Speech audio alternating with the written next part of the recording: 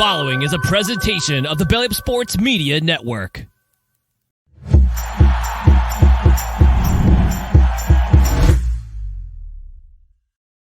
And welcome in, everybody, to another episode of Tier Tuesdays here on the HighLowSports podcast. We appreciate y'all for joining us here on this Tuesday evening. It is DJ, joined as always by my co-host Kelsey. And Kelsey, Week 8, the NFL season, about halfway through. Tier Tuesdays are starting to take shape, and we got some movers and groovers this week. Yeah, there's some. I imagine some teams moving up, moving down, especially some of these wholesale changes we just saw with this trade deadline coming up today. It's been absolutely wild. So I imagine there's going to be some changes, even maybe to the board that's already made. We'll have to wait and see. It might just be, but without further ado, we're going to get right into it. We're going to break out the board and going from the bottom to the top. We're just going to break it down for us. Crater for Caleb, pretty self-explanatory. The Cardinals. Kyler's coming back. We'll see. We don't even know if he's playing. The Giants are still a mess. The Packers, I just don't know with that team right now. Carolina, they finally got their first dub, but it's week 7 and you just got your first dub, so that's why you're here. And then Minnesota, especially with Kirk O'Chains going down, cratering for Caleb might be in the cards. Bad and questionable coaching speaks entirely for itself. I don't need to explain too much. I'm just going to rattle off the Chargers, the Falcons, the Raiders, the Bears, and the Broncos. Not much more needs to be said with those teams. I think that speaks for itself. Not so good. We got the Colts. We got the Rams, who are actually in the wrong category. The Rams are supposed to be up here in Frisky. That is my fault. So we got the Colts, the fire-sailing Washington Commanders, the Patriots, and the Tennessee Titans, who maybe that mayonnaise Will Levis is their guy. We will see. Frisky, Tampa Bay, the Jets now with a nice little mini winning streak of their own going on right now. Garrett Wilson and Zach Wilson starting to hook up a little bit. The Saints getting off their snide. The Steelers, even coming off a loss, they always find a way to kind of be in games in ways that make no sense. Houston Texans losing to Carolina. Still, every game they're in is either them winning by a lot or it's weirdly close. And then the LA Rams, even though they just got clapped by the Cowboys have the tendency to do that. I won't demote the Rams yet.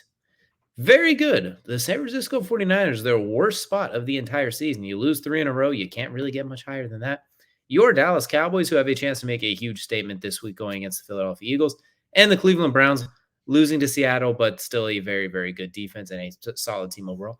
Dangerous. These are the teams that nobody really wants to play right now. The Detroit Lions, led by Motor City Dan Campbell, continue to be grooving.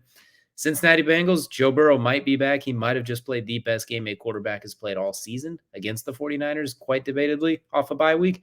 And in his career, he is, I believe the record is 12-2 in games after bye weeks in his first 2 years. So it's after a bye week. Good luck, everybody, right now. Buffalo Bills, still a little bit shaky, but they're still right there, still in the thick of it. Jacksonville Jaguars, longest win streak in the NFL right now. Trevor Lawrence doesn't look like the prince, but he does still look pretty good and does make plays. His fantasy football numbers aren't quite so good, but they keep finding ways to win. And Travis Etienne, my goodness, we got ourselves a top 5 running back that none of us quite fully expected.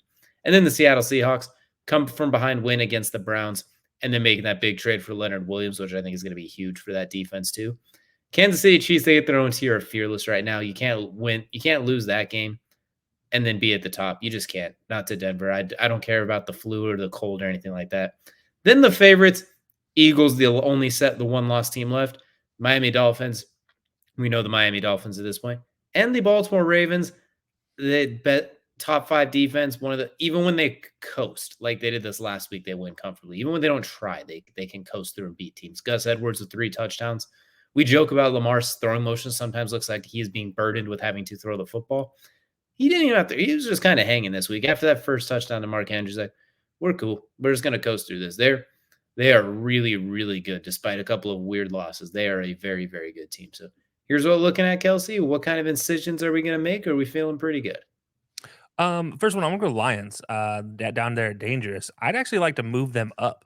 6-2 are the Lions, and they have a whole bunch of AFC or NFC the North games to come. So you're looking at a team that's already tied for the best division in the NFC or best record in the NFC.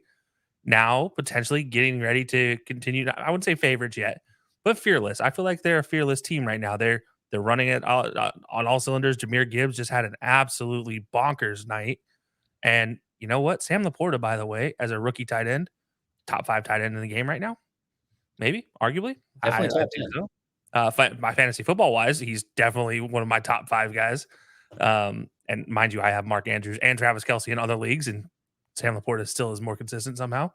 Yeah, so I think the Lions right here, fearless. I think they're really, really good, and I think they play in such a bad division that they have nothing but green grass in front of them at this point in time. The only way they lose out or lose this division right now seems if they just collapse. Like, I mean, if I'm not even gonna say it. I don't even want to breathe it into existence. I've been hammering this one on the Lions for years now, so it's good to see they're making a run at it. So, but yeah, no, for me, the Lions right now, fearless.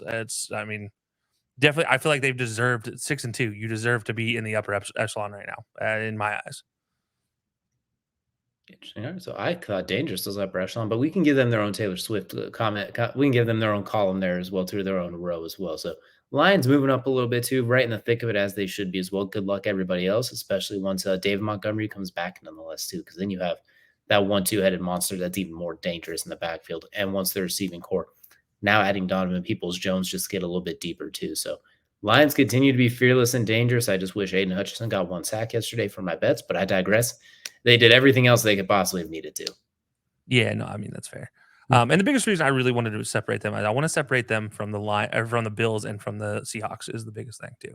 Um, I mean, to the same degree, I almost want to separate the Jaguars from the three of them as well, but I'm not going to because the Jaguars showed. Look, it took some home cooking in London for all things to get everything going for the Jaguars. We talked about how good they could be, and they didn't show it until London. It does make me question how long this is going to continue. Granted, they're 6-2. Again, tied for the second best, tied for the best record in the AFC with three other division leaders or four other division leaders total. There's four teams there, 6-2. So yeah, hard to not keep them at dangerous. I mean, I would like to separate them up there, maybe to fearless potentially or in between.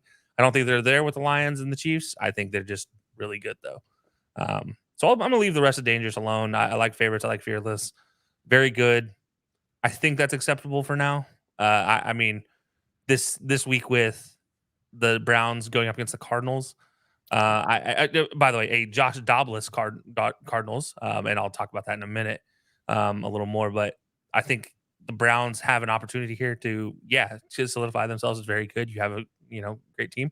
And by the way, did you know Deshaun Watson and PJ Walker have about the same yards thrown this season, 618 to 680.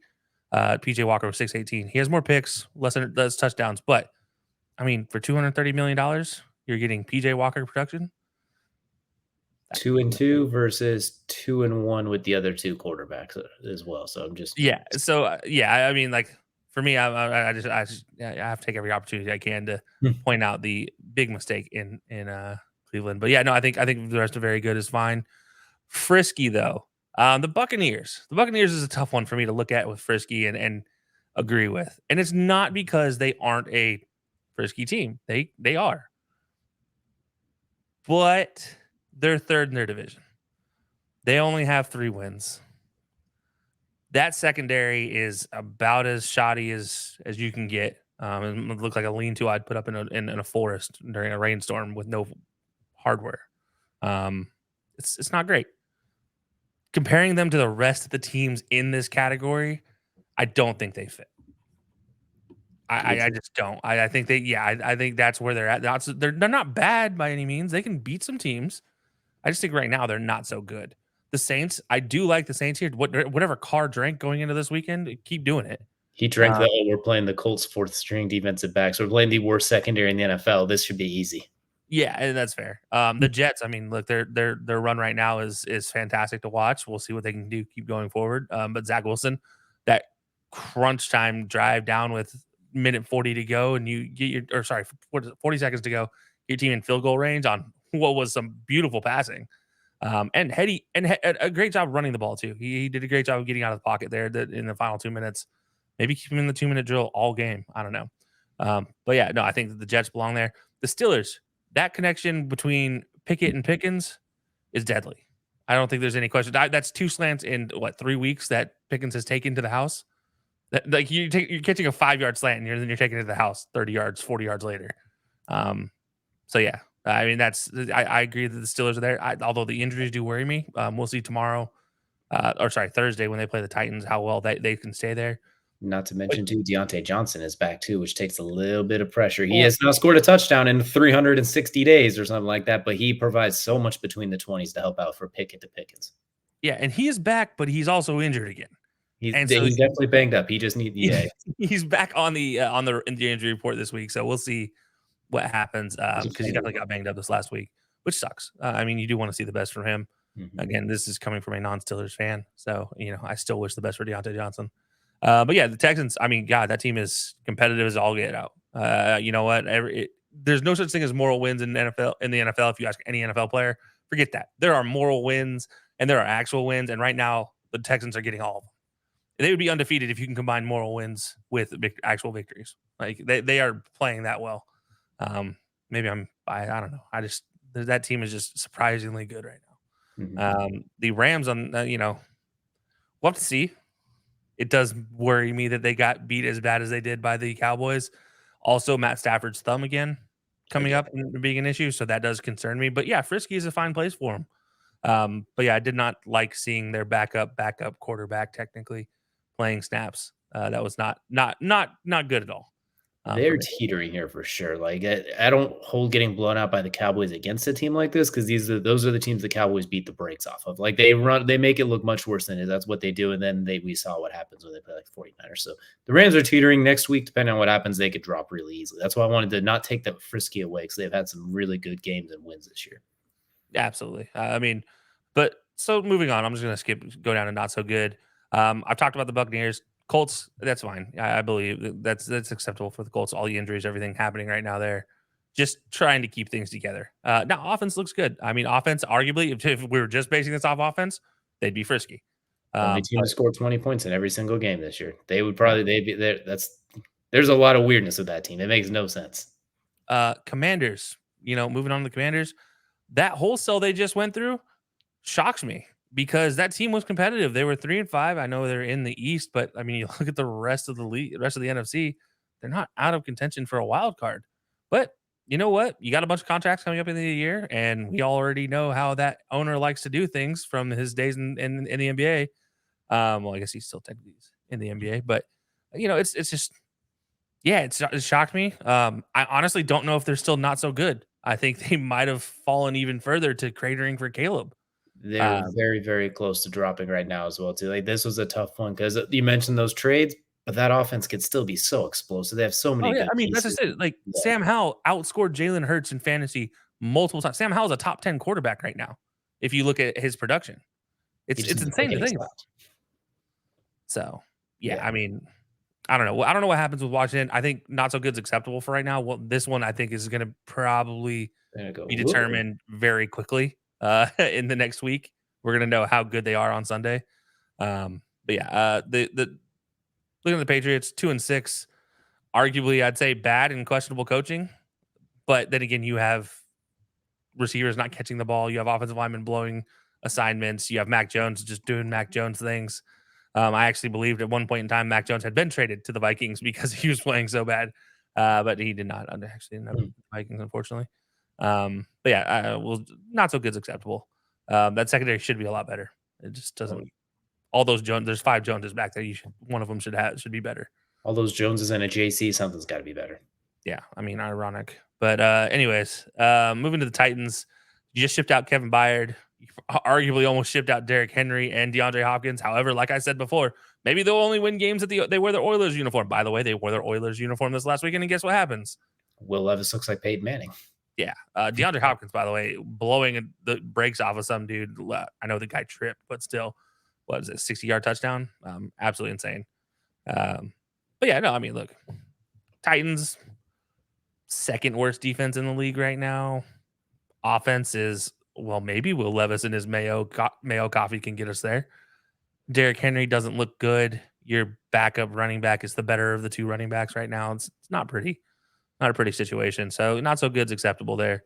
Um, all right, moving to bad and questionable coaching here. I gotta pull the Falcons off of this one. Falcons need to go up to me. I need to move the Falcons to not so good. They're 4-4 division leader. They maybe some questionable coaching, but they're not bad by any means. They did just lose to that Tennessee team too, as well. They did lose, but they're still 4-4 in a division leader. They are tied with the Saints right now for the NFC North or NFC South with the tiebreaker over the Saints. So I can't put them at the very bottom of that whole echelon. I mean, obviously the Panthers are still there, so they're not going to be at the bottom. But You say that because you like Taylor Heineke's costume for Halloween. we're not going to talk about that. But yes, I also love his celebration of if when he's starting the team he beats, he buys that colorway for Jays next week. But I digress. Anyways, he should be the starting quarterback. But no, now going back down in that category, the Chargers. I mean, injuries come back to plague the Chargers, and then coaching comes back to plague the Chargers. I don't get it anymore. How do you? I know they beat the brakes off the Bears, but I will not be tricked. They do this every year. Right when you write them off, they trick you to get you back into the Kool-Aid, and I will not let them trick me back into the Kool-Aid this year. Yeah, I'm right now sitting in second in the West, in a West that is wide open outside of the Chiefs. Although, I mean, if you have anything to say about that, there's the Broncos down there, but there's 3 teams here in the AFC West in this exact category, and I mean that says enough as it is. I don't disagree with the Raiders being here. Moving to the Bears, I don't disagree with the Bears being here. Although this is also down to injuries. I do wonder if Justin Fields was healthy the last 2 weeks, if maybe this is a different conversation. But I also have to question that offensive coordinating. It was not been pretty. So, yeah, I mean, I agree that they're bad and questionable coaching, although they might have just gotten a whole lot better getting a pass rusher now, and we'll see. Broncos, though, surprising, not questionable coaching and not terrible last week against the Chiefs. I'm indicting the Chiefs more than I am it. I don't know if it's a fluke. If it's just that one game that's a fluke every season, I think that's what it is. I mean, I'm not expecting much from the Broncos. They're still on pace to win 6 games this year, but I don't know what to take of this one. I don't feel like they're bad, but I do question a lot of their coaching staff, and I think they're bad because of Russell, and I'll stay that. But I don't think their whole team is bad. And they're injury prone. I don't know what to do with them, so I'm just going to leave them. But yeah, I think the Falcons are the ones that needed to move out of this category just because they're division leaders. I don't know if I can accept putting them there because they're not terrible, but they are questionable with the coaching staff. What's funny is when you talk about Denver and Russell, he's the exact opposite of Trevor Lawrence, who when we look at they're winning, he's making plays, eye test, he's awesome, but like numbers wise, you're like, this is pathetic. Then you look at Russell Wilson, his numbers say he's elite and should be in the MVP category, but when you watch it, it's like, what is this? Like he does make plays. This last week he made plenty of plays. He looked plenty good, but throughout the season, you're scratching your head a lot. Like, what are you doing? What is going on here? Then we already have seen the defense, what happens there coaching wise. Like that team's just a mess. This is the exact opposite of Trevor Lawrence and the Jaguars. Don't let the numbers fool you on this one. Yeah, I agree wholeheartedly.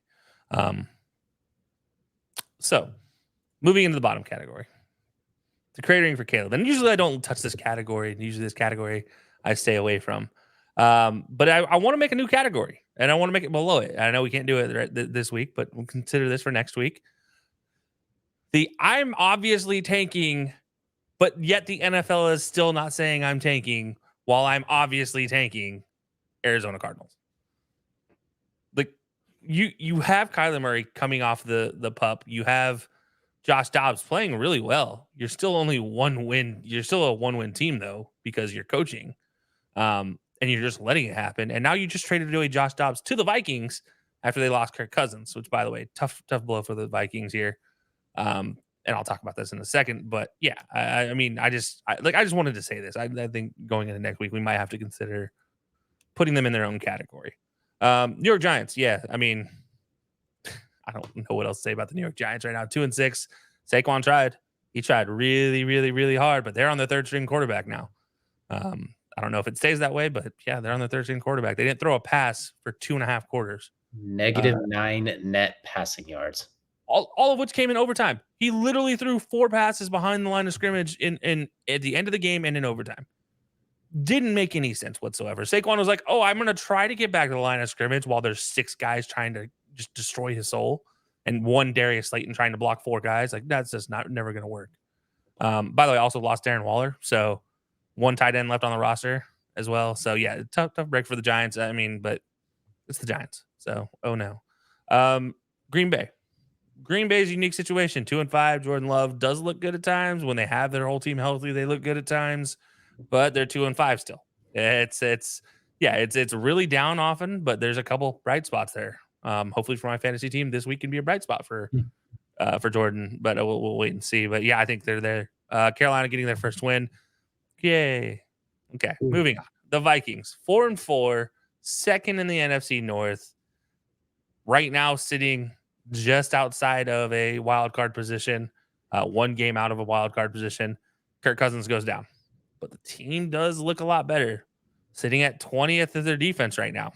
Their defense is actually not terrible, not anemic, just below average. But I will say, if Kirko Chains was healthy, their initial spot was going to be frisky. That was their yeah, spot until Kirko was down.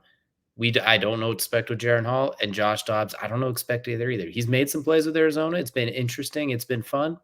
But I don't know what it's like when there's like the expectation to win on top of it, because Josh Dobbs, that's what I'm curious about. So yeah. it's I tough mean, with them. I'm gonna say I don't think they deserve to be cratering for Caleb. They can get not so good. That's Yeah, I'm I think willing not to so good is concede that. acceptable.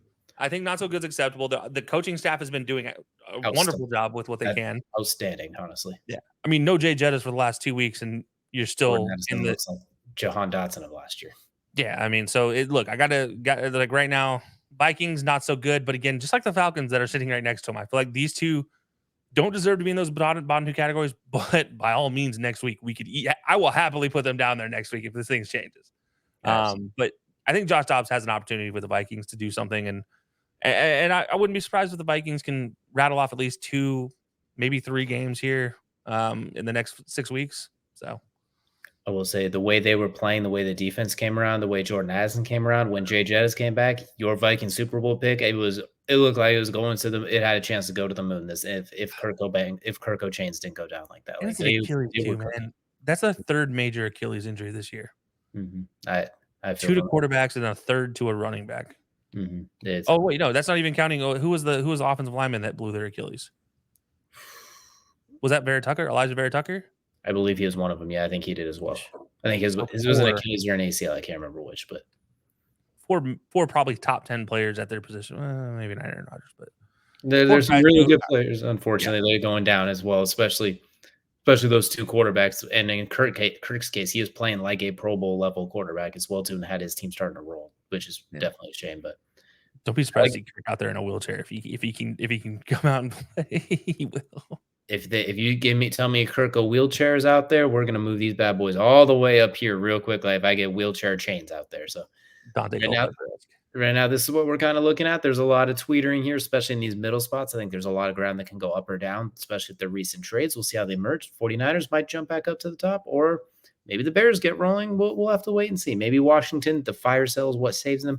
You never know with the NFL. It is extremely goofy, but that's going to do it here for this edition of Tier Tuesdays. Be sure to check out our live show Wednesday at 8 p.m. Eastern Time, right here on any of the social medias. We'll be having NFL midseason awards with a couple of guests. Join us to talk a little bit about the season at the halfway point as well, so you definitely don't want to miss that. Or check it out in your favorite places to get all your podcasts. That'll do it for us here today. We'll see you all again next time.